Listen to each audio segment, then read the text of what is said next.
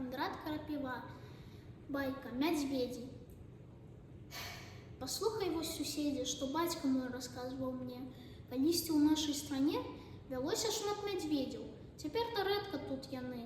Згубілі войны ды аблавы. Тады ж па вёсках цыганы вадзілі іх дзеля забавы.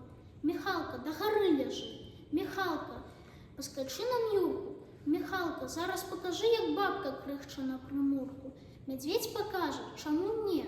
Уга, без меры жвавы наш Міхалка, бо ў носе кольца ланцуга, а ў цыгана ж якая палка.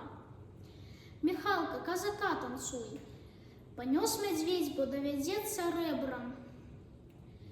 Сапе мядзведзь, звініць ланцуг. Цыган паважна звоніць рэбрам. Міхалка скача, пот ліе, а цыгану даход дае. Хто тут мядзведзь, а хто цыган, што загрыбае чыстаган, не цяжка здагадацца.